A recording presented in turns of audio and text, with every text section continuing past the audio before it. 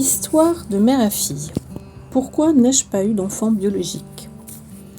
Dans le précédent épisode, je vous expliquais qu'à l'âge de 27 ans, ma mère a tiré sa révérence en décédant des suites d'un cancer du sein qui s'est ensuite généralisé. Cela m'a fait un grand choc émotionnel, car j'ai développé une maladie qui s'appelle l'endométriose au moment où ma mère a été hospitalisée. Alors, qu'est-ce que l'endométriose ? C'est un trouble dans lequel le tissu similaire à la paroi de l'utérus, l'endomètre, se développe à l'extérieur de l'utérus. Dans mon cas, tout l'utérus a été colonisé, comme une tumeur. Cela m'a fait croire au début à une possible grossesse, car je n'avais plus de règles. Cela entraîne des douleurs pelviennes et un cycle menstruel irrégulier. Ce tissu pelvien peut se retrouver à l'extérieur, comme sur les trompes, la vessie, le retère, comme dans mon cas, les reins et autres. Il suit le cycle menstruel et entraîne des douleurs dans l'abdomen.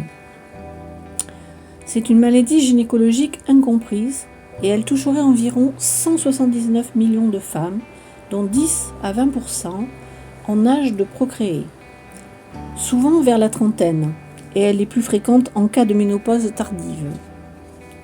Toutes ne sont pas diagnostiquées, car beaucoup sont atteintes de formes peu étendues.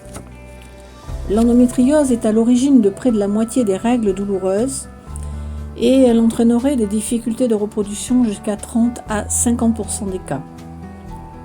Pour ma part, personnellement, je pense qu'elle s'est déclenchée suite à un choc psychologique lié à ma mère et un mauvais dosage de contraception qui a mal tourné. Bien évidemment, la pseudoscience émet des hypothèses suivantes.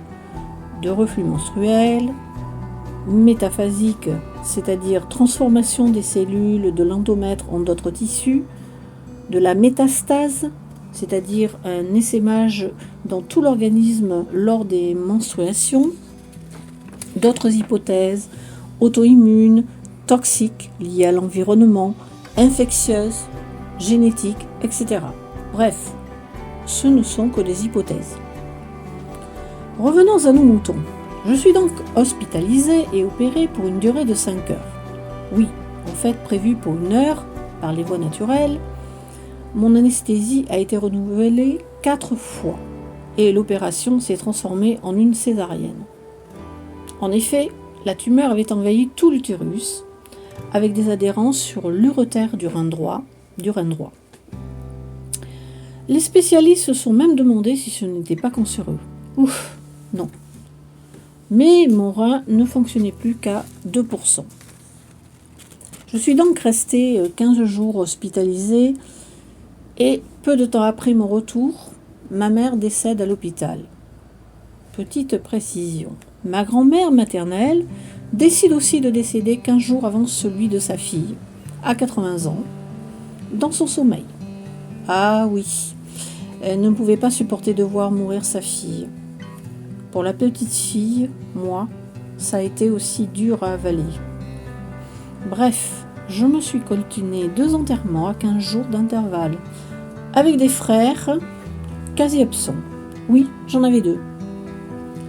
En ce qui concerne ma convalescence et au vu de l'ampleur de cette maladie, le gynécologue de l'hôpital m'a prescrit du décapeptyl.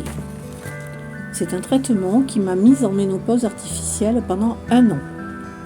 N'oubliez pas que j'avais 27 ans. J'ai eu tous les désagréments, sautes d'humeur, bouffées de chaleur, aménorrhée. Après l'arrêt de ce traitement, j'ai développé des kystes ovariens à répétition, avec intervention chirurgicale. À un moment donné, j'ai dit stop, quand un guérisseur m'a fait comprendre que je n'avais pas coupé les liens karmiques avec ma mère. Et tout est rentré dans l'ordre. Cependant, lorsque j'ai envisagé avec mon mari d'avoir une grossesse, le spécialiste de la fécondité de l'hôpital de Pellegrin à Bordeaux m'a expliqué à l'époque qu'il fallait que je fasse au moins 3 interventions chirurgicales. 1. Régler le problème du rein, soit son ablation. 2. Remodeler mon utérus, qui n'était plus en état.